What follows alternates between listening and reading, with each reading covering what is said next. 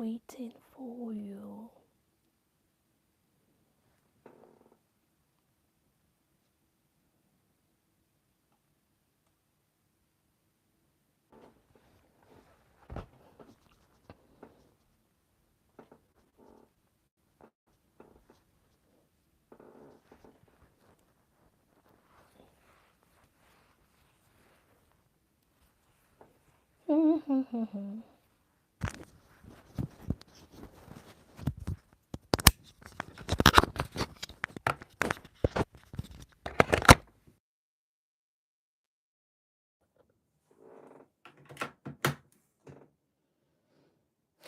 Holy Ghost, I speak to my camera. It works fine.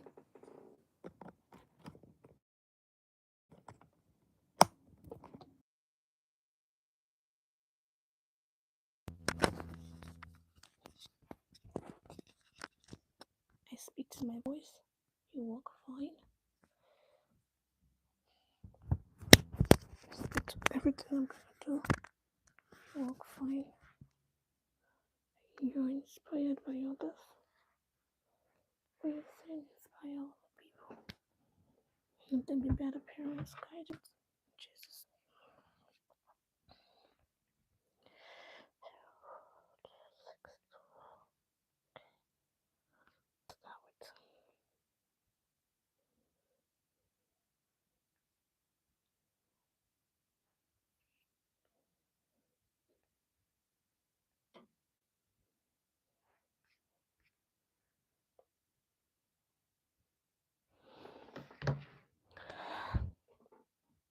Okay, let me turn on chat.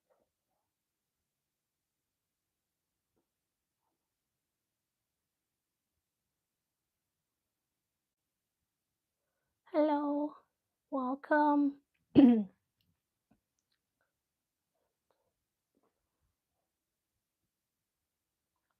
Welcome. I hope you can hear me. Can you hear me?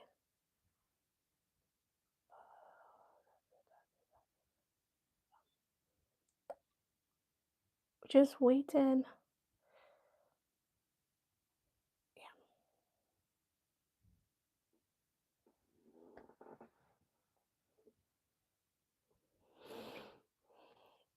Hello, everyone.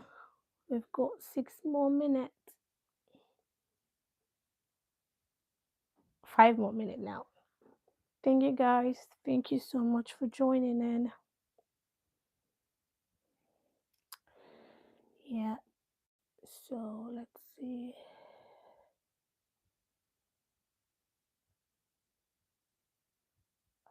Okay.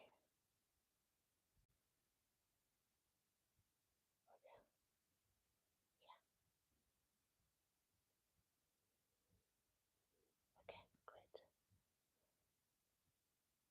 Thank you so much for joining in.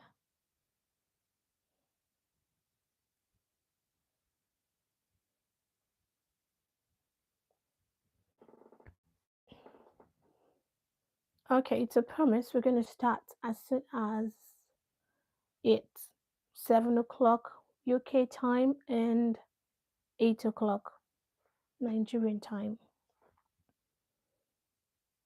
If you can hear me, can you just say hi to me?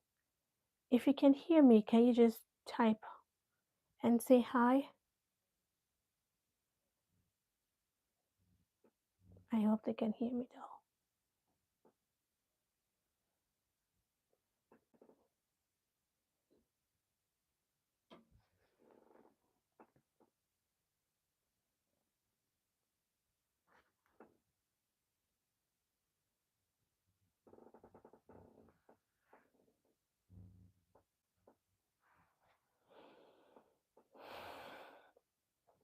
So we are waiting for 4 more minutes.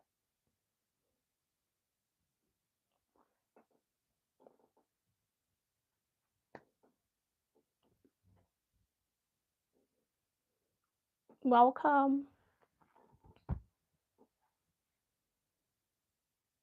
Welcome.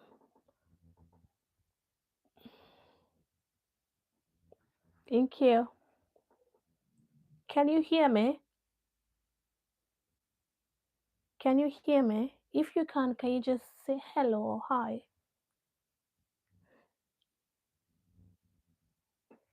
Thank you.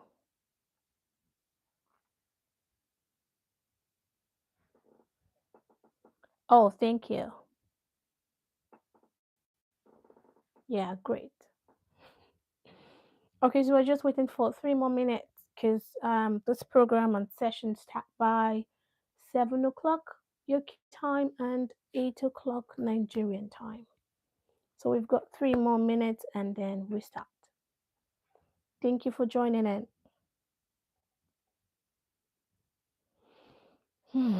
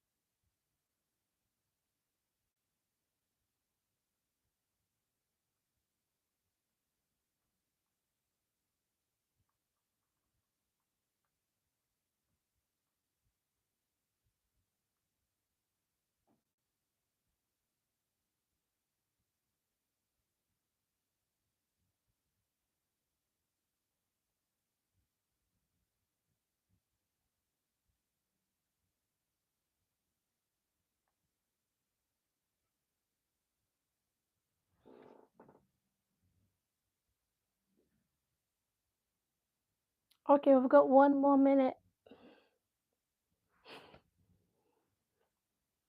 Thank you for tuning in. Thank you for your patience. I assure you, you're not going to regret. I assure you. Because we've got loads and loads of things for you today.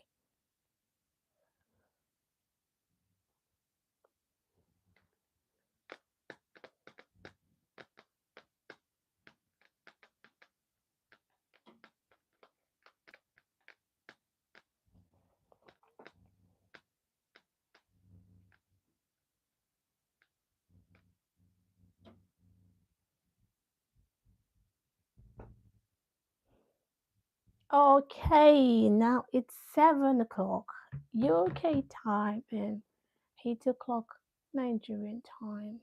So, just gonna do this. Hi everyone, welcome to our channel. And thank you so much for joining us tonight. We're really grateful to have you here and we're thankful for you coming in here. And we have a lot of things to share with you tonight, a whole lot. But the annoying thing is that we don't have enough time. But then again, we'll take our time and we'll be as fast as possible. But then this is going to be very interactive and we're going to share some tips, some, you know, hello, good to have you. We're going to share some tips on how to, navigate um we're going to share some tips on how to help your child during bedtime stories. I know that we all think bedtime stories just a routine and something that you just, say to your child and then they go to bed. But it is way more than that. And today we're going to dive into that and learn, learn what bedtime story is because it's deeper than just reading and going away. So, I'm sorry, I'm going to be reading from my iPad because we have loads of things here. At the end of this video, we'll be sharing 3 books or we'll be sharing 3 names of books that you should read as a parent, guardian, sister, uncle to our little ones. And also, we'll be sharing encouraging words and reassuring words you can tell your children or your guardians or anyone around you that are children, assuring words you can tell them to, make them feel safe. Welcome, welcome, Doris. Thank you for being here. So, like I said earlier, at the end of the session, We'll be sharing three books for parents and guardians to read to understand more about bedtime stories and how that can really help your child or your children. And it's not just for parents, it's for aunties, uncles, guardians, and anyone who care about children and want them to succeed. Also, um, we're having 5 pointers on why bedtime story is very important. And I'm breaking these things down before we go in so that we can understand what we are here for. And also, these pointers are, you know, pertaining to what you should do basically as a guardian, as a parent, and as anyone who maybe a teacher or someone who is in charge of a child. Hello, my joy. Welcome, welcome. We're happy to have you here. So I'll be reading from my iPad because most of everything I have is on my tab. Sorry, no, my iPad is a tab. And if you don't understand anything, please just let me know on the comment section and I would reply as soon as possible. Thank you so much for joining in. And before we go on, if you've not liked our videos or subscribed to our channels, please do that now because most of the time we'll post our bedtime stories on Thursday. And hit the notification button so that you can get any of our videos so that you don't have to go to a page to see if we've uploaded new videos. Thank you so much. So, like I said earlier on, we have 5 pointers to why bedtime story is very important. And at the end of the video, we'll be sharing books for you to read as an adult and also encouraging words for you to tell your children before they go to bed. So, number one pointer is bedtime stories build emotional safety and secure attachment. Now, we all feel like bedtime story is something that, we just do on a norm. You sit down, you say the words to them, and they go to bed. But bedtime story is way more than that. It's built attachment, secure attachment, and also emotional safety. Now, let's explain that way better. And funny enough, do you know that when I was writing all those points, it was more interesting than saying it now, but I'm very sure we are diving into it. So I read some books and I would like to share some books with you also.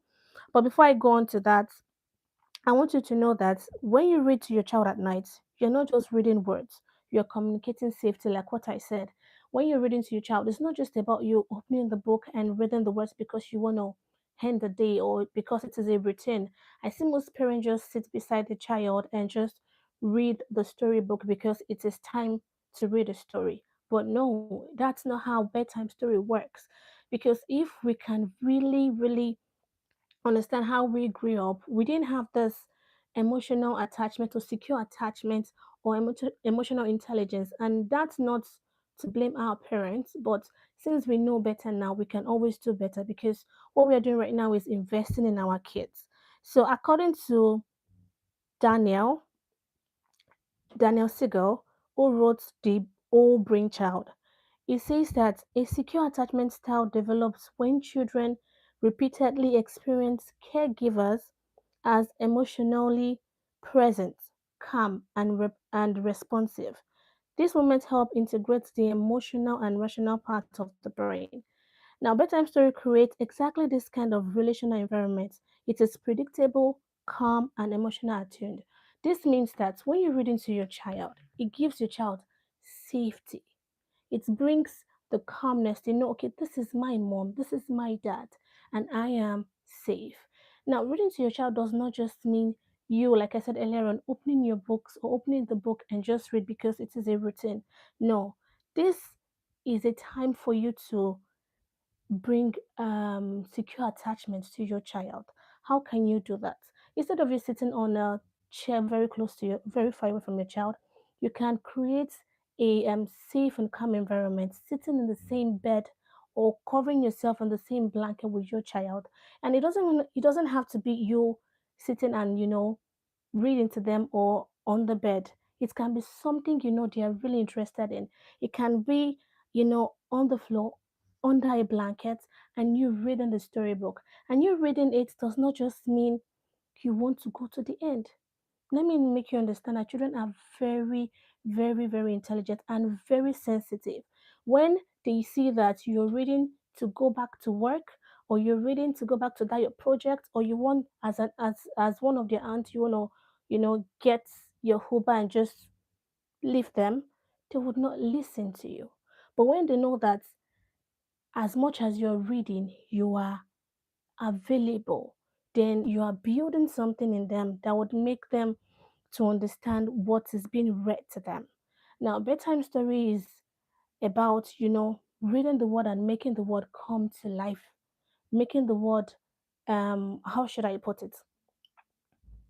Making the word meaningful to them. That when they go out, they understand that mommy has read this book to me before and I understand what this means.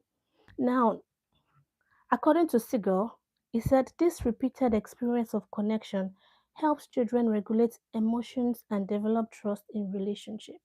Now, this means that when you are with your child and you're reading to them over and over again, and this is something you do repeatedly, it makes them understand what connection is all about. It makes them understand what safety is all about. It makes them understand what calmness is all about. Now, like I said earlier on, there are practical notes for you to pay attention to when you're reading to your child. Now, you read in a calm tone. You're not just reading to live. You're not just reading because it is a routine. You're reading because it is a necessity. So you read in a calm tone. You sit close.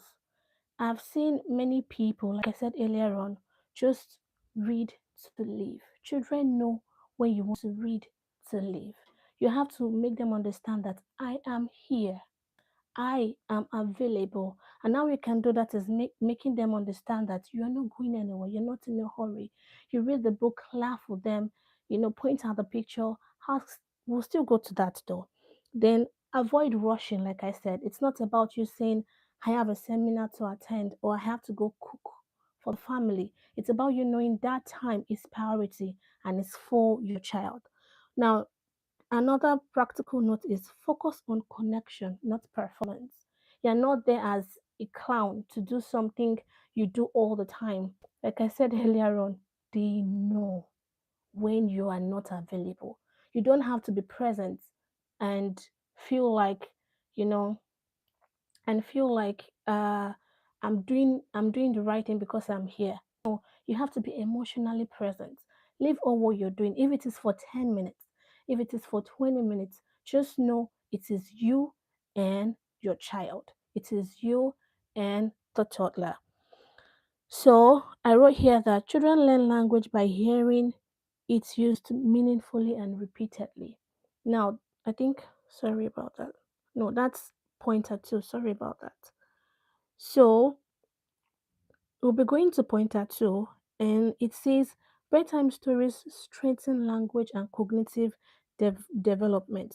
Now, bedtime story is very powerful, and it helps when you read aloud to your child over and over again. Now, let me start from babies, children from 0 to, let's say, 2 years old or 1 years old.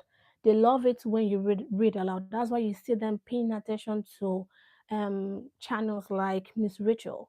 They understand more better when you say things over and over again, like lion, lion, like cat, cat, bringing out the shapes and showing them, right? So they learn their cognitive development is being transformed when they hear you say these things over and over again. They get to understand it through your voice, through better understanding. Do you understand what I'm trying to say? And also, bedtime reading is especially powerful because it happens in a relaxed direction free setting. Now, they are not in a classroom. They are not in a busy area. They are not with friends, family, teachers telling them this is not how to spell it, this is how to spell it. This is your time to ask your child, what do you understand by this word? What do you understand? Do you understand what I just said? Again, bedtime story also helps you know the ability and capability of your child, in the sense that when you are in a position with your child and you just read maybe a page and you express yourself, you can ask them, what do you understand by this? Say it in your own word. What do you understand? How do you see this? what what does this teach you? And things like that. With that, it gives them confidence and make them understand that, oh, yo, this is what I have to do. When mommy is speaking to me, I have to listen to her in this way. When mommy says this, she's going to ask me questions. It helps them understand and also build their cognitive development. And Jim Trellis stated in the Read Aloud Handbook, which you have to get, it says that reading aloud to children is one of the most effective way of develop language, vocabulary, listening skills, and early literacy. He emphasizes that consistent read aloud practices significantly improve children's cognitive development and academic outcome. So these are the practices you can use for this kind of yeah, you reread their favorite books. You explain unfamiliar words gently, and you encourage curiosity without pressure. When they ask you things and they are telling you, oh, I don't understand these things. I don't understand how this is being done. You don't tell them, I just told you what it is. I just told you how to do this. Why are you asking me again? Hi, Jaden, welcome. Thank you. You don't just ask them, why are you asking me this again? You have to listen to them and, talk to them with patience. Make them understand that, oh, I am here for you. I am listening to what you're saying. I am understanding what you're saying. Just let me go along with you. Thank you so much. Thank you for subbing your like, and we appreciate you. So to keep on going, pointer three talks about bedtime story helps children understand and process emotion. This is very, very important. Sorry, give me a minute. Okay. Pointer three talks about how your child's emotions are very, very important.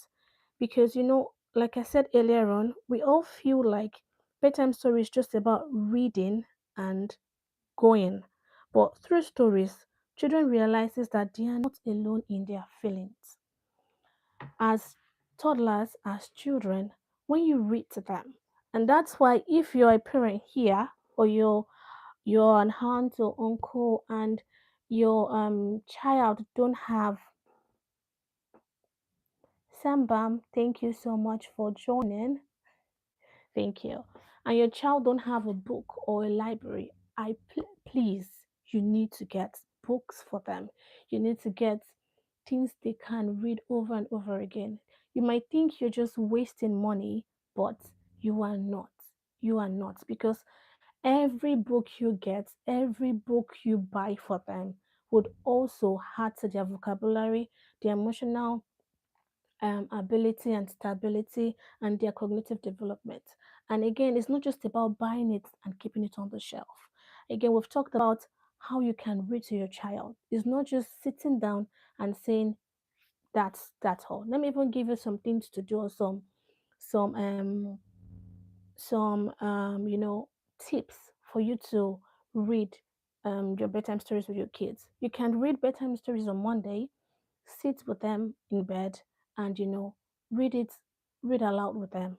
On Tuesday, you can be in the sitting room or somewhere under a duvet, under a blanket, and just join them with picture storybooks. On Wednesday, you can read a storybook online, maybe on a TV, maybe with your fish channel or somewhere. You can just join a story and read together. When they're scared, be scared. When they're hungry, be hungry. When they're happy, be happy. Look at their excitement. Look at their way of thinking, and also act that way. When you're finished, you can ask them questions like, "What did you learn? What did you learn from this story? How did this impact you?" Now, let me give you an example. If you have a story about a lion and a mouse, and maybe the mouse comes into the lion's house without asking, and the lion get hungry. You can ask your child, why did why was the lion angry? It's not just about you reading to them and saying, okay, that is it, then let's just end it. After you're done reading, after you're done you know after you're done reading, after you're done um I'm so sorry, someone just sent a message and I was reading it. Okay.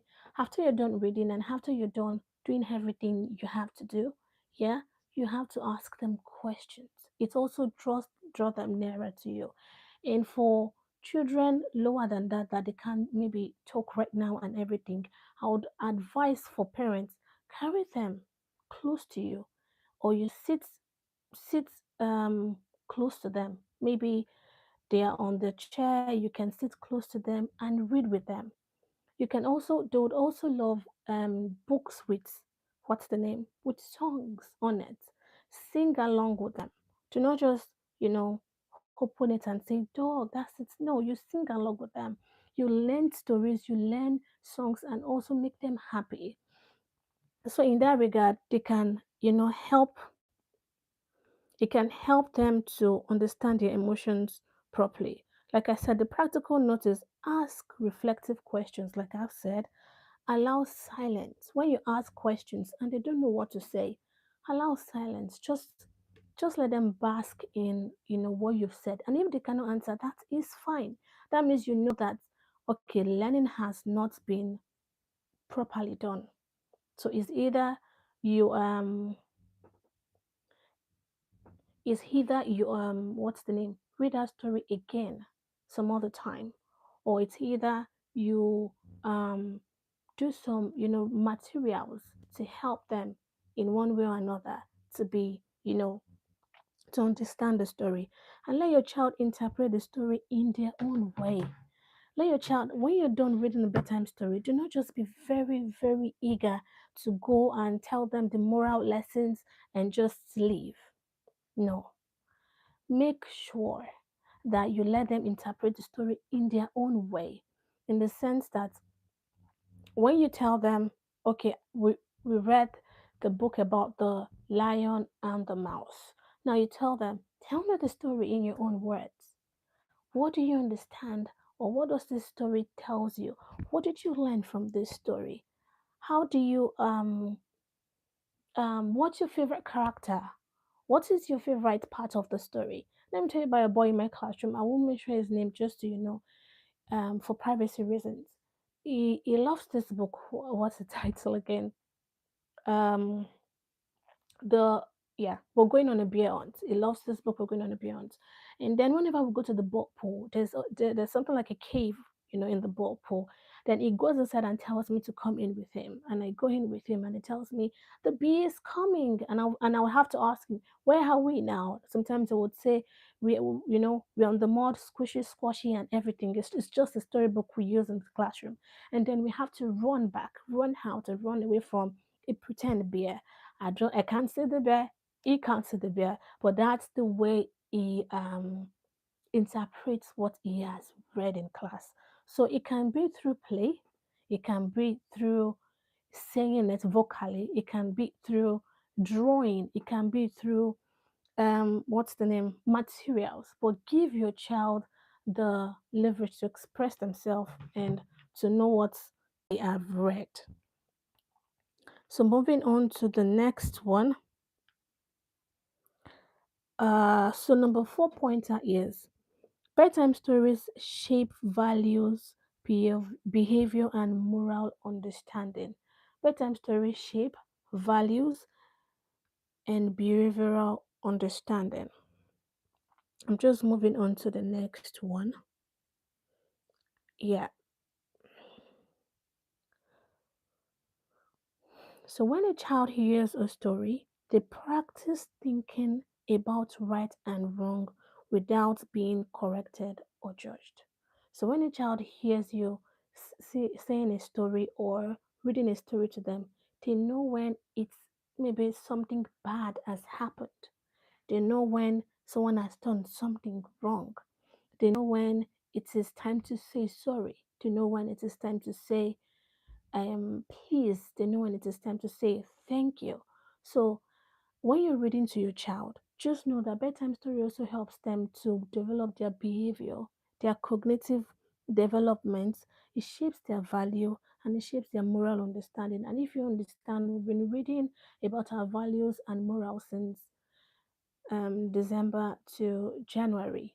And we did that intentionally because we want to shape the values of our listeners and our viewers and the children coming to watch our channels.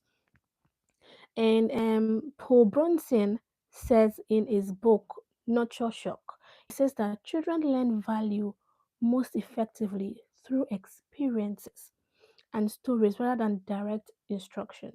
And he also said narrative allows children to explore consequences, empathy, and moral choices in a non threatening way. And if you're being honest with me, the way we grew up was with threats. If you don't do this, you know what is waiting for you. But there's also a very good way of, speaking to your child and training your child that it doesn't have to be with threats because they can learn. Okay, my joy, can you hear me now? Can you hear me now?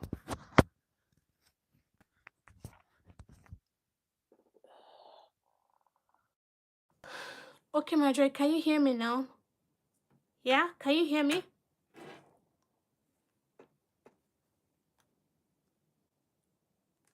Can everybody hear me now?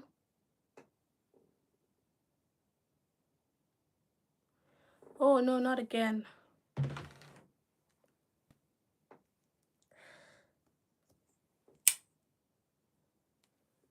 Okay, Simisola, can you hear me? Please just give me a thumbs up if you can hear me. Thank you, thank you. My joy, please check your internet. Probably should be your internet. Yeah, it should be your internet. So I will just start again from point of four, since my joy could not hear me. Thank you, thank you. So I said for number four, bedtime story shapes values, behaviors, and moral understanding. It helps children understand what they stand for. It helps children understand how to behave, and it helps children understand their values. So, okay, let me just break the news to you since you are here. Da, da, da, da, da, da, da, da, da. This month of February, we'll be talking about our children's emotions. And the beautiful thing is that the books we've gotten is pertaining to how children behave and how they can navigate their emotions. We'll just show you one of the books we've gotten, and it is just based on our faith. Count your blessings, count yourself calm. This book talks about all your emotions, all our children emotions and how they can navigate through it. And imagine we have like 6 books already and we don't even know which one to choose and how to which one to read because we just have 4 weeks. Let me show you some other ones that we got. I don't know why I'm doing this, but yeah, this book was rated by teachers and they said this is the best book you can read in school or at home to your child. It says kindness is my superpower. This teaches children how to be kind. And why I'm showing you these books is because of how it can shape children's behavior without you being without you threatening them or without you being harsh. You can read to them to take out a lot of stress and make them understand what you're saying. Now say this. You don't want to miss any of our stories this February. Believe me. It says, God, I feel scared. Now, when your child is scared, how do you understand or how do you explain fear to your child? So all these things are things, I'm not going to show you the rest because that's a secret. But all these things are things that children go through that parents don't navigate, they don't understand. They just feel like it's a norm, they will get through it. No, it's not a norm. This is being done by parents who invested in their children when they are this certain age. That's the early years, and when you know when they are very parents who are very intentional with their children also. And yeah, what do I want to say, Holy Spirit? Yeah, I'll just give you what one of Bronson said. He said that he said that this approach supports deeper moral understanding and long-term character development. I want to give an example of a video I watched one time about a young a young child, I think in his early years, maybe 7, 8, 9, I can't really remember. Okay, all right, thank you, my joy. Welcome back. 7, 8, 9, and I could see him on the field encouraging another child and telling him, you're going to, I think it's about football or something, and that one was already feeling defeated. And he had to go to him and said, say after me, I am, I would make it. I don't know what he said, but do you think that child is just having a good personality, or do you think that child just fell from heaven? No, no. It's because of the investments the parent has done and the intentionality of the parent. Now, most of us had to relearn many things to learn again when we grew up. But right now, we can do this for our children and make them understand that you can learn all these things through books. Again, I would say this. A white man once told a black, a white man a white man once told people, and he said, if you want to keep a secret from a black man, put it inside a book. Just put a secret or anything in a book. That should not be the story of our children. That should not be it.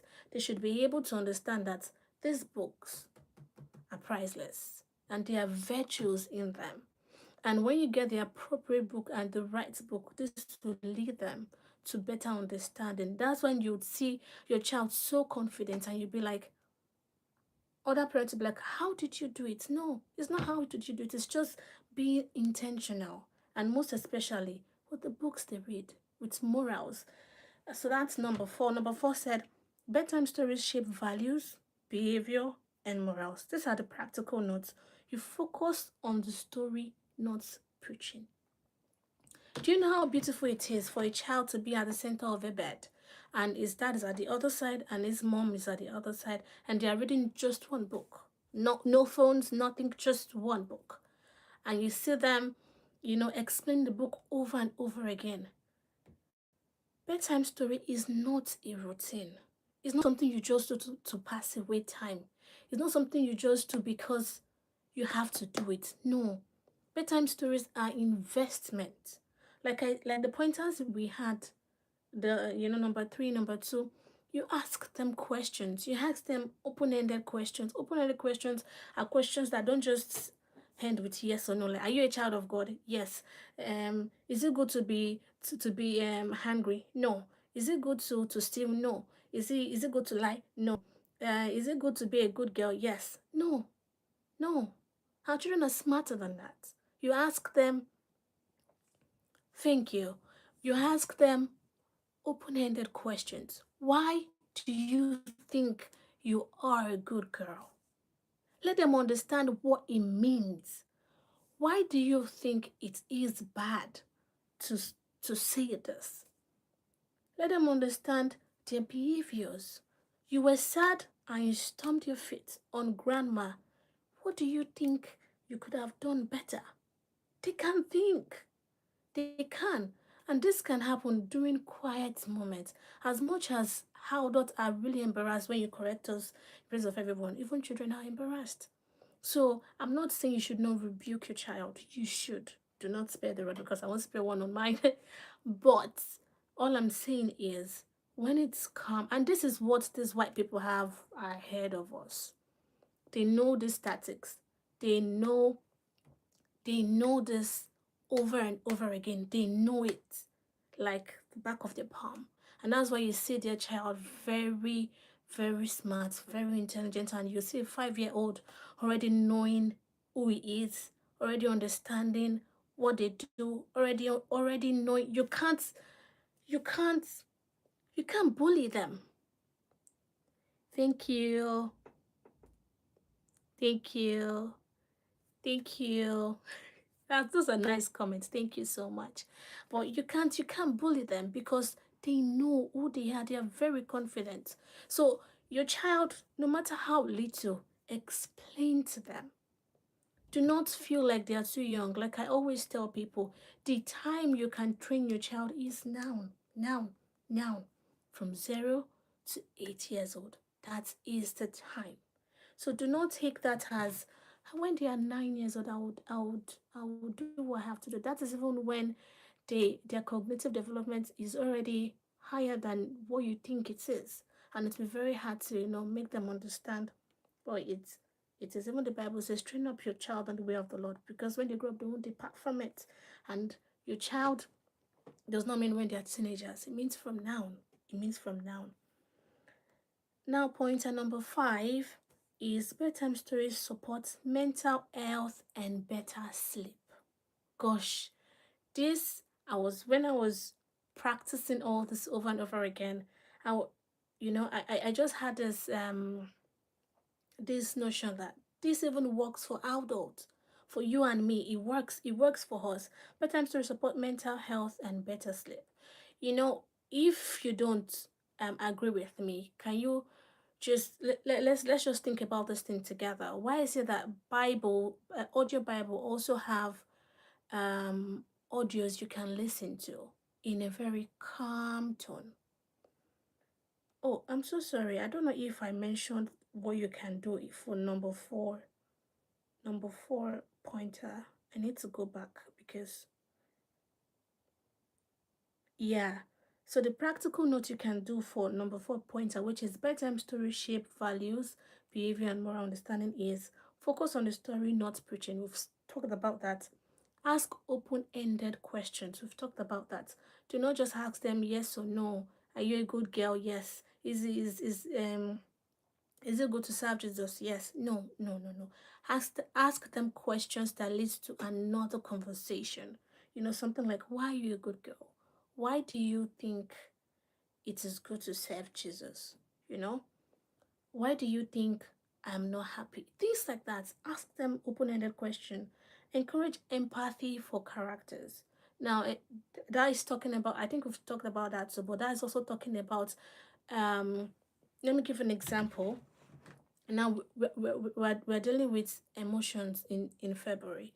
Now it says encourage empathy for characters. When your child is sad, understand why they are sad. When your child is hungry, understand why they are hungry. When they are scared, understand why they are scared.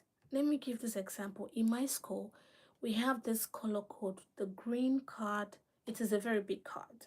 The green, the yellow, the blue, and the red. The red stands for angry, upset, and in the danger zone. The blue stand for gloomy, sad, maybe tummy ache, tired, and everything. No, no, no. The blue stand from gloomy, sad, maybe pain and everything.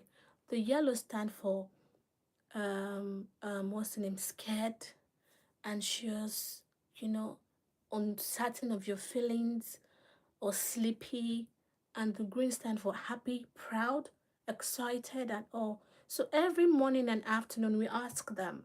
It's a regulation. We ask them. Their pictures are on another board. So they go there and we ask them. Let me use one of a Nigerian name. Tunji, how are you feeling today?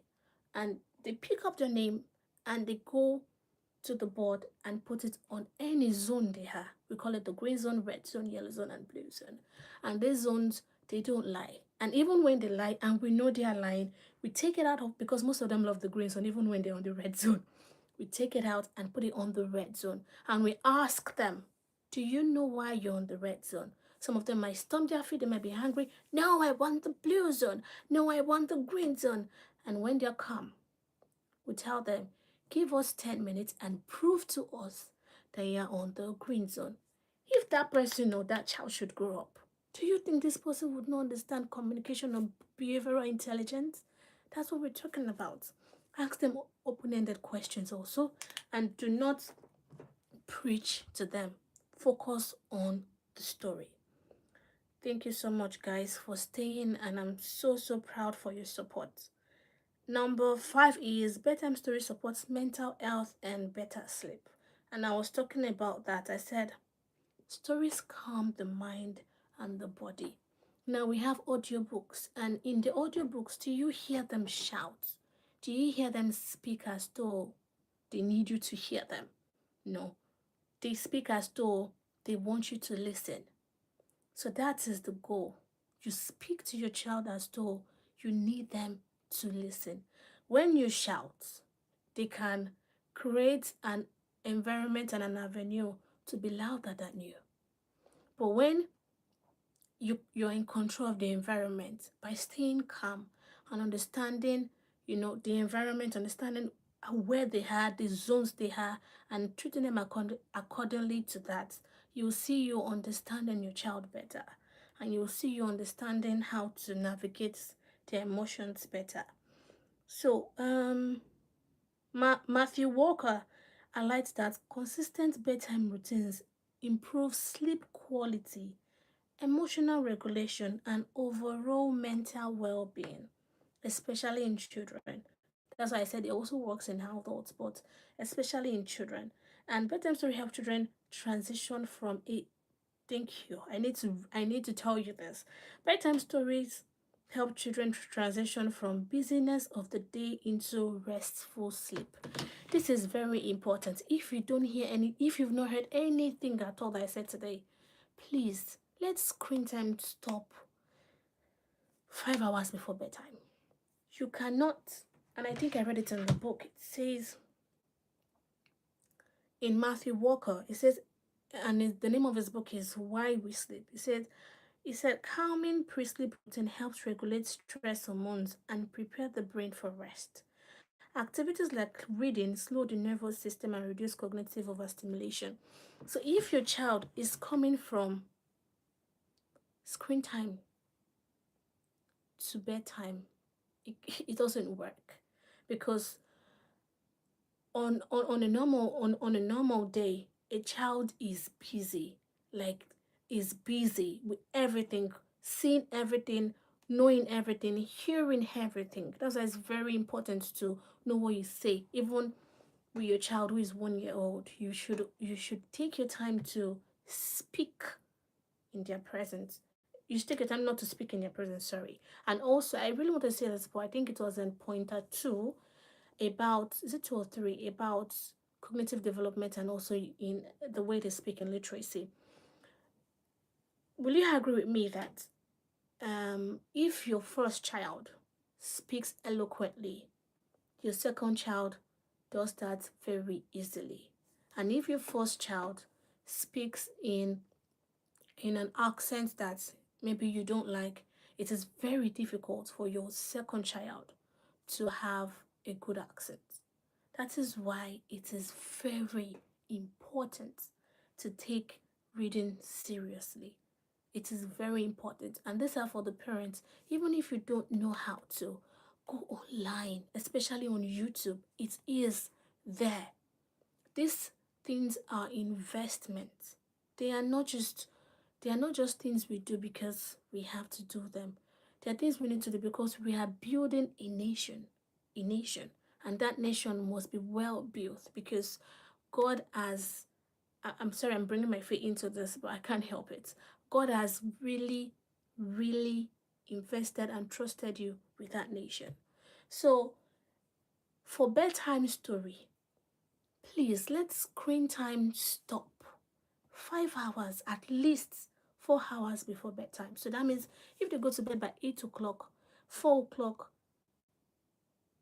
screen time should have been over, because it takes out the busyness of everything, the colors on YouTube, the colors on the videos, the dance, the voices, the song, the moves and everything. It takes time for them to accept everything and process it. So it's just like your child watching a YouTube dance video of a very unhealthy channel or something, and then you're telling them it's bedtime. Wait, put it down, and come to bed. It's time for story. It's time for bedtime story.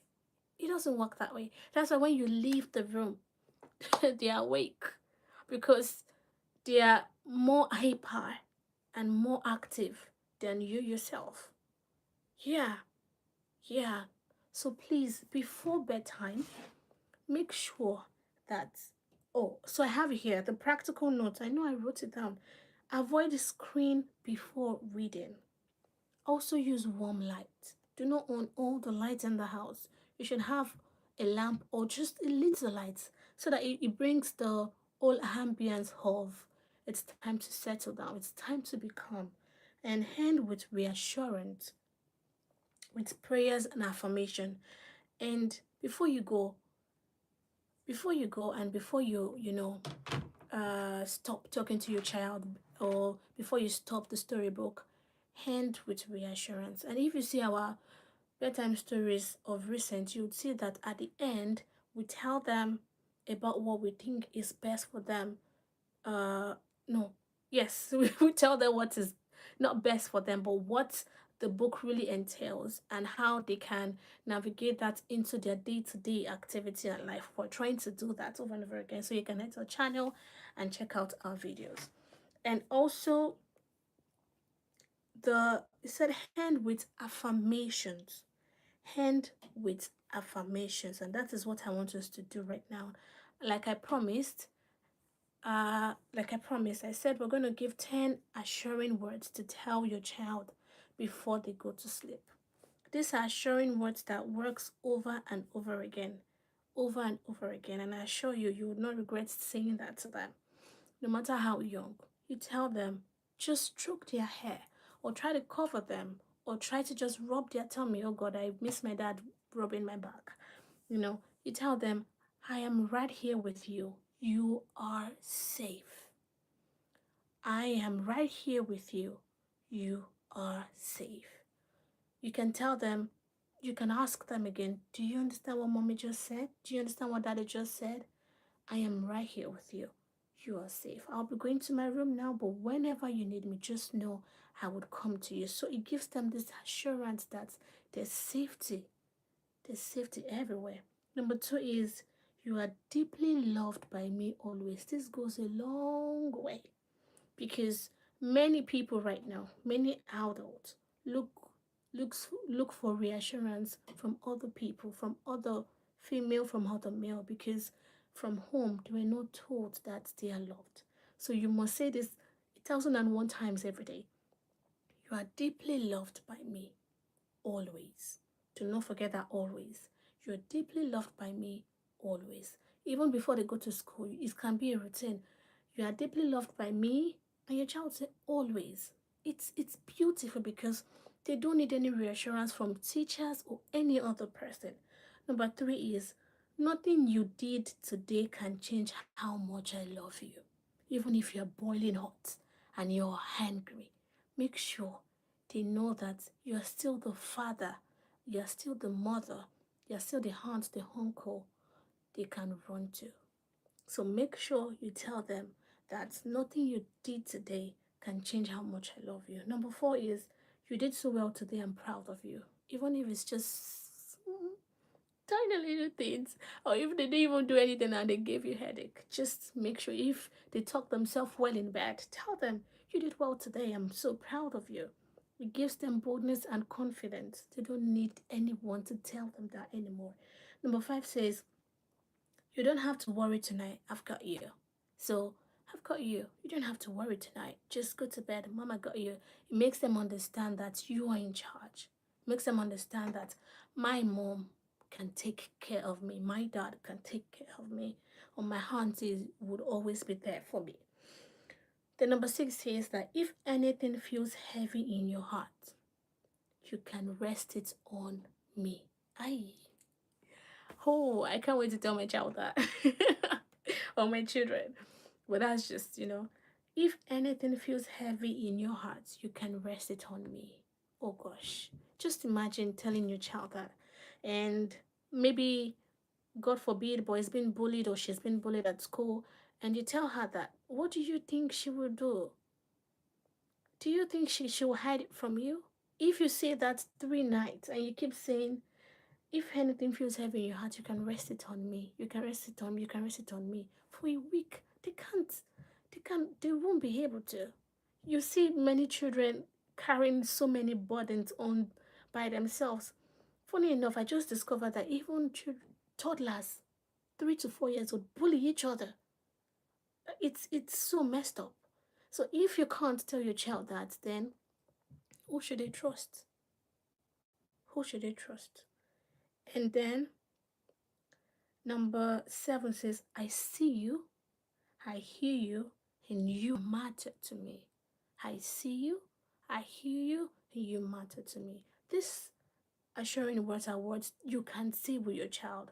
I see you, and they say, I hear you, and you matter to me. Both of you say it together. It's something you can, you know, train your child to say over and over again. And number 8 says, I will always take care of you. This also brings confidence that you are in charge and they know that you are, no matter what, they're going to be safe with you. Number 9 says, you can close your eyes knowing you're protected. This brings safety. You know that, yes, even if harm robber should come to the house, God forbid, it means mommy and dad would protect me. Then number 10 says, sleep peacefully. I'll be here when you wake up. That's the best. That means whenever I wake up, I know mommy and daddy got me. So those are the 10 reassuring words that you can tell your children, and you can also Google for more. There are lots and lots and lots. I just loved how this, was placed, and I said I was going to share it with all parents. And I promised us some books I would love us to read as parents, because if we want our children to be reading, then we should also read. So the first, sorry, excuse me. So the first book I wrote down here is the Read Aloud Handbook. This would help you for parents who have, newborns, toddlers, 0 to 1 to 3. This Read Aloud Handbook would teach you on how to, because it is very difficult to, say everything here with the little time we have. So Read Aloud Handbook would help you understand and navigate how to read to your child, high contact, making them understand what you're saying and things like that. The second book is The Whole Brain Child by Daniel J. Siegel. The whole brain child. I really wanted to send the link and put the link after this video, but because of copyright, I can't get the PDF files. Yeah, so I'm so sorry about that. Thank you so much, Simi. And the last one is Why We Sleep by Matthew Walker. Why We Sleep. When you read all those books, you will understand why bedtime story matters and why it matters to you as a parent, and why it matters to um yeah to read those books. And there are more. So what I will do is that I will drop the link to a site you can get it, because, and I will try to ask, because a friend of mine knows how to do all those things, so I'll try to ask if I can get the free link to download those videos. If I can, I'll say it in my next video so that you can access it, and I'll put the link down below. So yeah, we've got 50 minutes. Wow, that's a lot. I hope we've all learned today. If we have, please can you just give me a thumbs up to know that, yeah, you really enjoyed today's session, so that we can be doing this more often and it can help as many people as possible. So did we enjoy today's session? Thumbs up if we enjoyed today's session. Oh, no thumbs up. Okay. Oh, wow. Anyways, I don't want to take much of our time, and I hope you can hear me. Oh, thank you so much. Thank you so much, Emmanuel. Thank you. Thank you, Siri. Thank you so much. I was already saying, oh my God. Thank you so much. Thank you. Thank you. Thank you. And you guys really said a lot of good comments here, and I'm really impressed. Thank you so much. And I'm so encouraged. Thank you. So next time, would also, work better and also bring in juicy stuffs for parents and how, you can connect with your child even more better than now. Thank you so much for tuning in. Thank you so much for joining. I hope to see you next month, by the end of next month, for another video. Yeah, Emmanuel, I hope you do try with your children. Thank you so much. Thank you, guys, and have a good night rest. I think I have an announcement. Sorry. What's the announcement? Yeah, I think I said it already. So we'll be doing, I just want you guys to know first, February, every month would have a theme. We have a theme for every month given to us by God, by the grace of God. And this February is about emotions. So please prepare to receive as much as you can. And every end of the month we'll be having a live video so that we can, talk together and communicate together.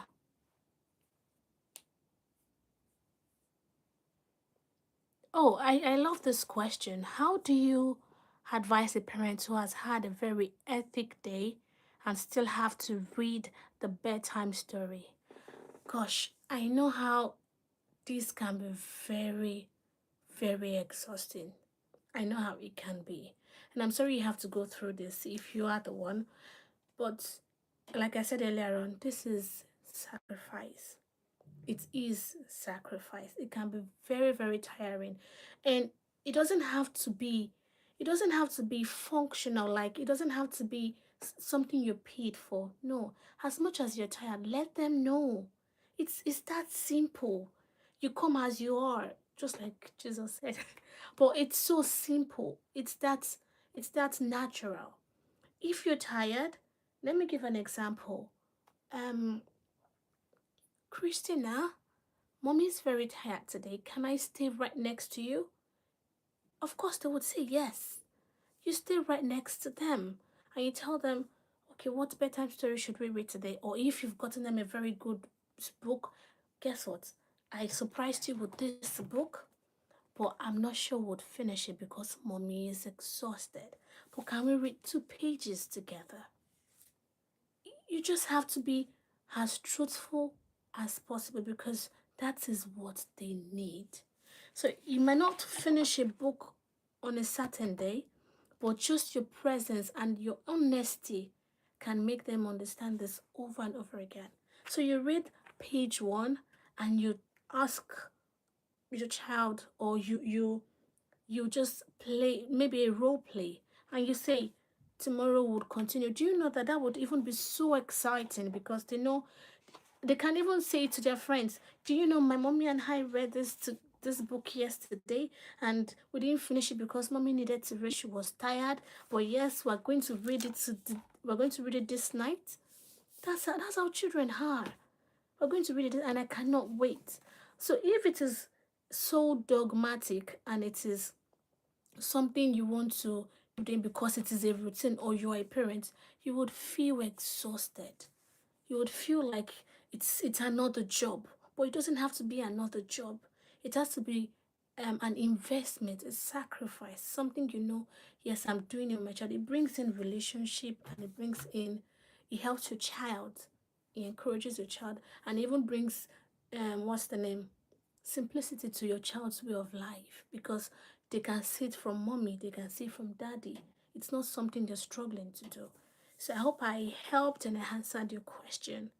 Thank you so much, guys, for joining. I'm super, super grateful.